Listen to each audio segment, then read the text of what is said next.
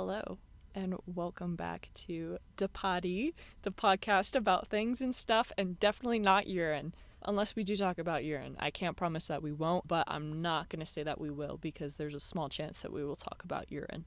Although there was one time where I did drink my own piss because some hippie girl on the internet said it was good for me, so I did try that one time. That happened. So, here we are. In a Chuck E. Cheese's parking lot. Let me set the scene for you. I'm parked.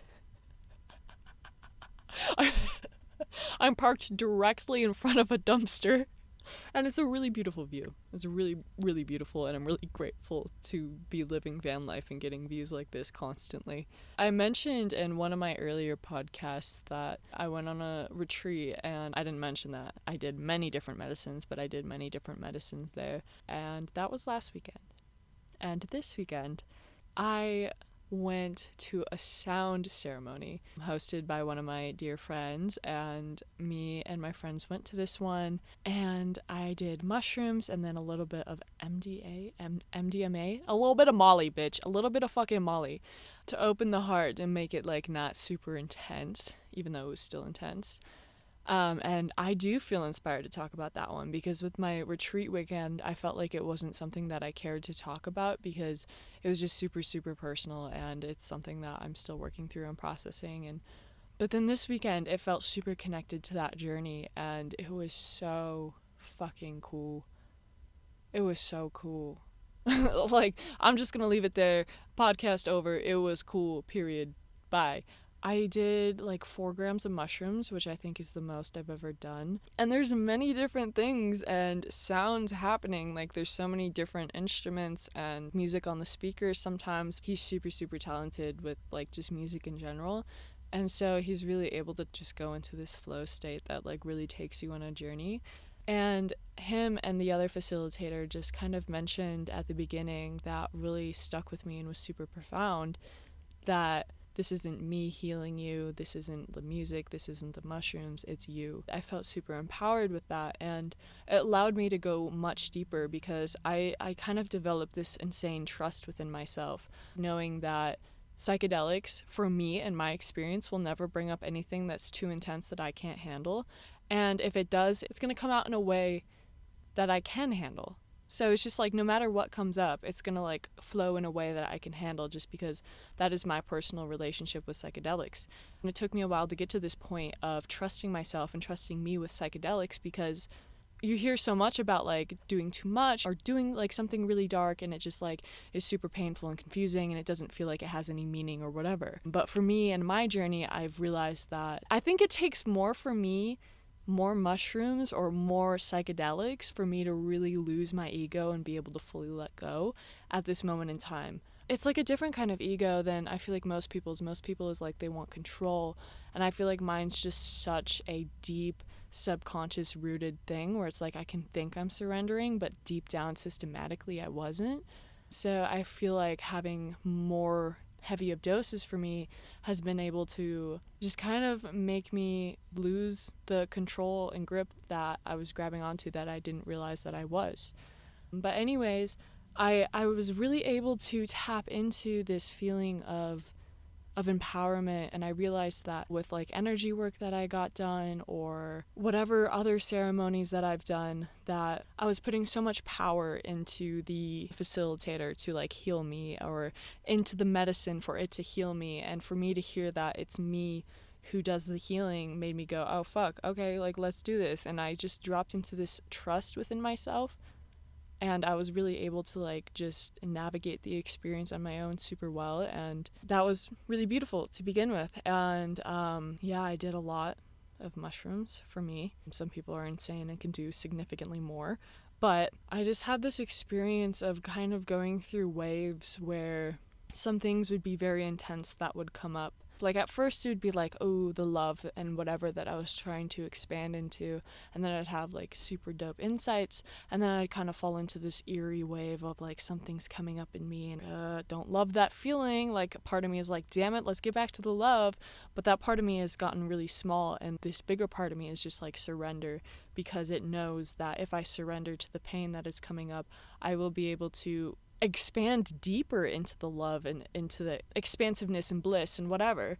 So it was just like riding these waves and just riding these waves of whenever something nasty would come up, just sitting with it and sitting with whatever I was feeling and being like, ugh, I don't love the way this feels, but then just sitting with it and then all of a sudden having it melt back into love and then expanding even deeper into the love. And it was just like removing these layers. And then I had this really deep thing arise in me that was very much so related to the retreat I went to last weekend.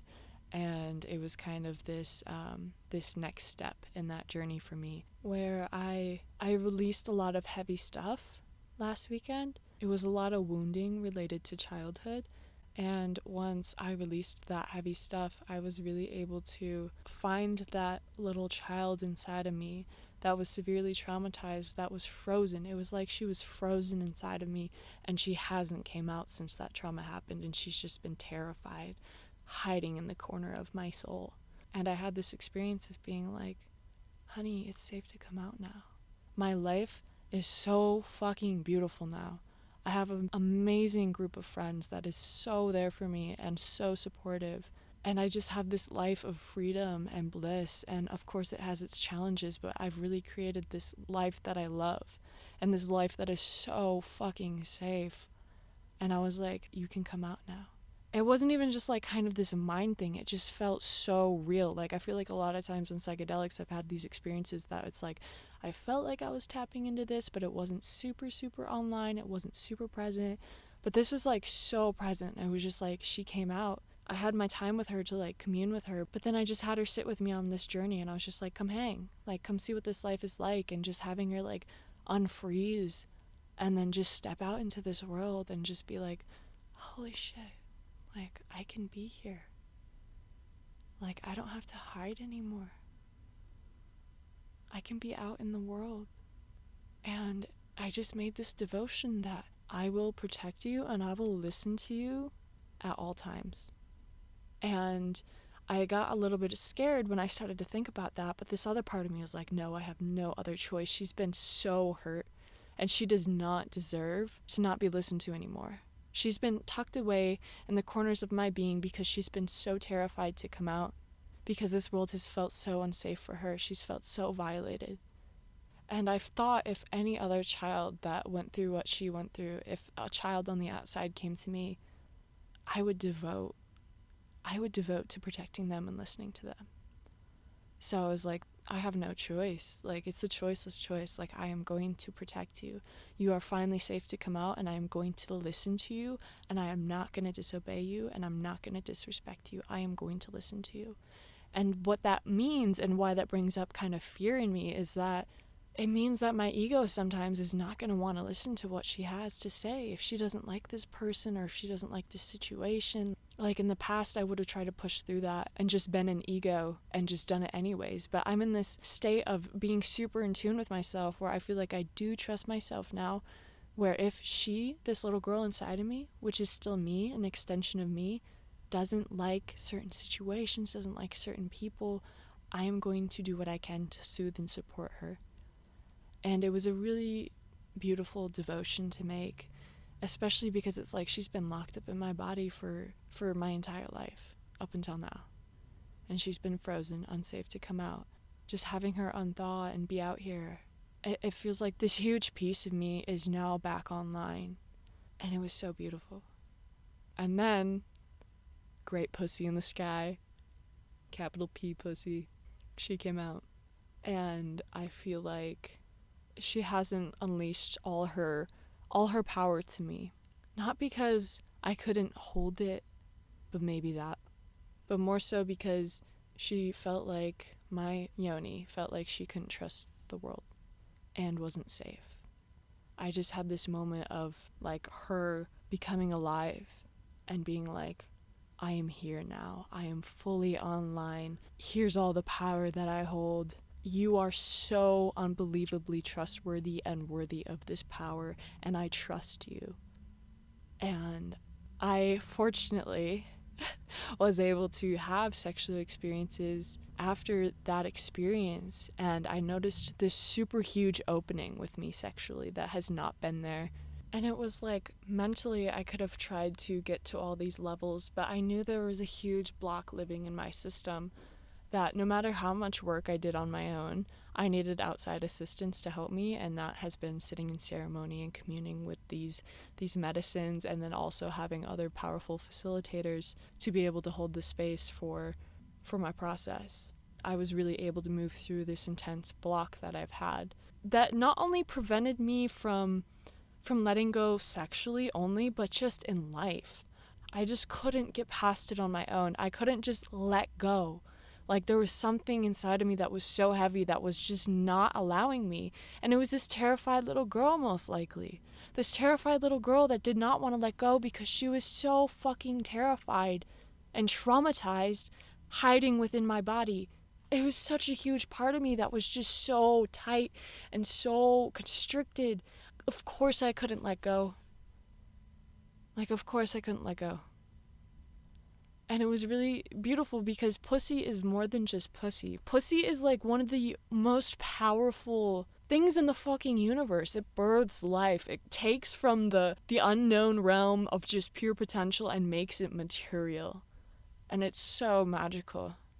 It's an energy that affects every other part of our body. So in the ceremony, it just felt like with my inner child and then great pussy, capital P pussy, just coming fully back online, it was just like me and my homegirls. Like me and my homegirls chilling, like finally fully integrated. And it was just like this really, really beautiful experience that at times I would still have intense stuff come up, but then I'd melt back into it. And I'd melt back into the love and back into this beautiful integration and this beautiful like coming home to myself, which is actually the theme of the journey. The theme was the garden, and then it's also coming home to yourself. I think because that was the theme, it was really able to like land deeper for me, especially because it's like bring yourself home to yourself. Like it's like, you do it, honey, you do it. It's not no one else, it's you. I was in this little nook, this little spot that was like just isolated. It was further from the sound than other people, but it was so private and it was so beautiful, and it really allowed me to just like do whatever, move my body. If I wanted to dance with my hands, or if I wanted to like just kind of talk to myself, I could do that. And then I could just like move my body in ways that I may have thought about a little too much if I was around other people. And sometimes I'd have these pulls to go to the bathroom, like 2 times for sure. Going to the bathroom was for me to just connect with myself. And the first time was me being like, okay, honey, we're about to redose on mushrooms and we're going to add another gram onto these 3 grams. And it's me talking myself up like, it's going to get super intense, honey, but it is going to be so fucking beautiful. So trust yourself. Trust that it's not going to go anywhere that you can't handle. And then it was also just like this moment of dancing, and I was just connecting with myself. And like I remember even like throwing off my top, and I was just like talking to myself, and I was just so liberated. And I was like, I'm like talking and still like kind of whispering, you know, in a way, but it's just like just really looking at myself in the eyes and just being like, I'm fucking here for you, baby. I'm fucking here for you. And it was just such this beautiful time to connect with myself, and especially being in that space where it was just like, I know some of the people that were helping out and facilitating were probably like, oh my God, I hope she's okay. She's been in there forever. But I just came out and I was just like happy as fuck. And they're like, you good? And I'm like, I'm good. Trust me, honey, I am good. Like those bathroom moments on psychedelics are just so profound for me. And yeah, so I had really beautiful moments like that. And yeah, so it's been like a really, really intense week for me. I've done 4 different medicines, 4 different very intense medicines in their own way. And yeah. And also, I guess because I did talk about this on the other podcast, I talked about doing Bufo, and that I didn't have a super profound experience with it last weekend.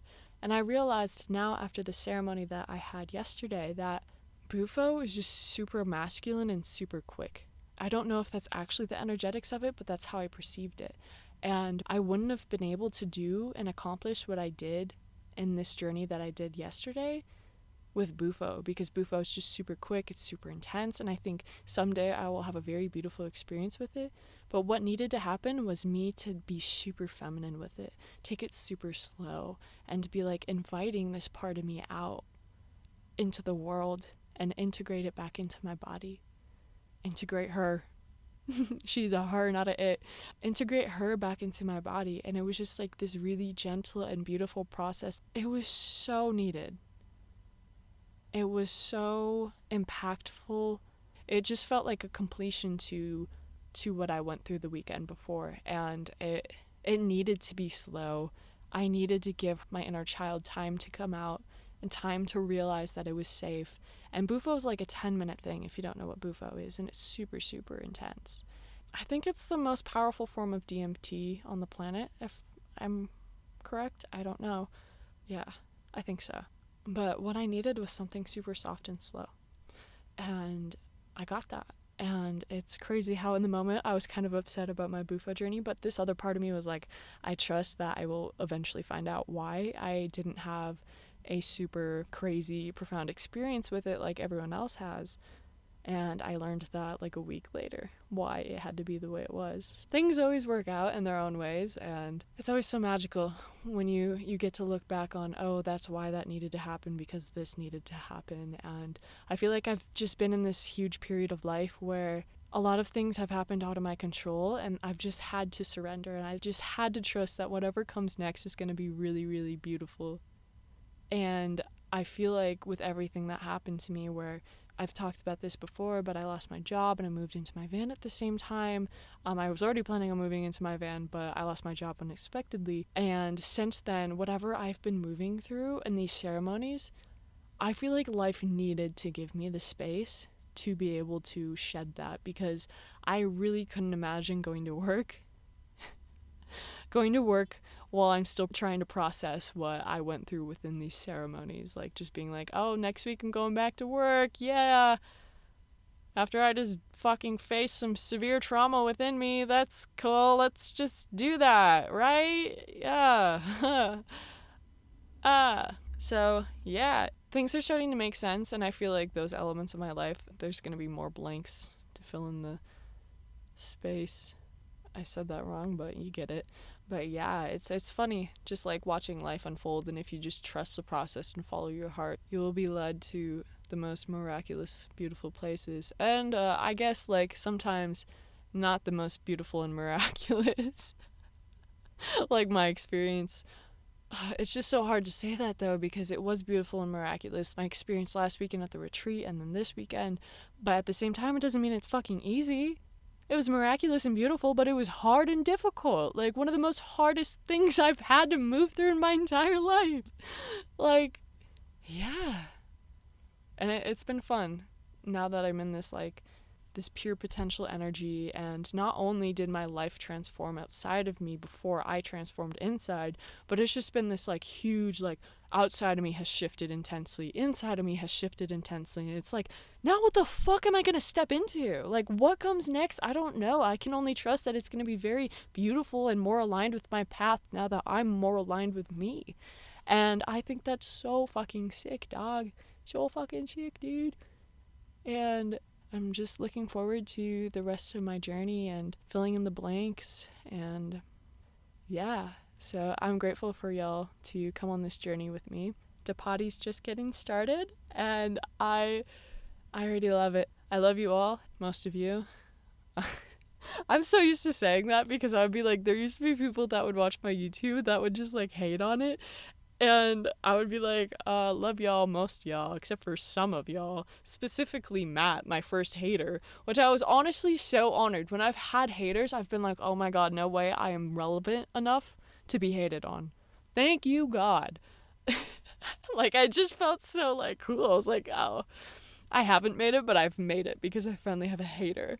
You know what I'm saying? But yeah, I appreciate you for listening, and I would love to know what you thought about this episode. But yeah, see you in the next one. I hope you have a lovely day or night. Bye.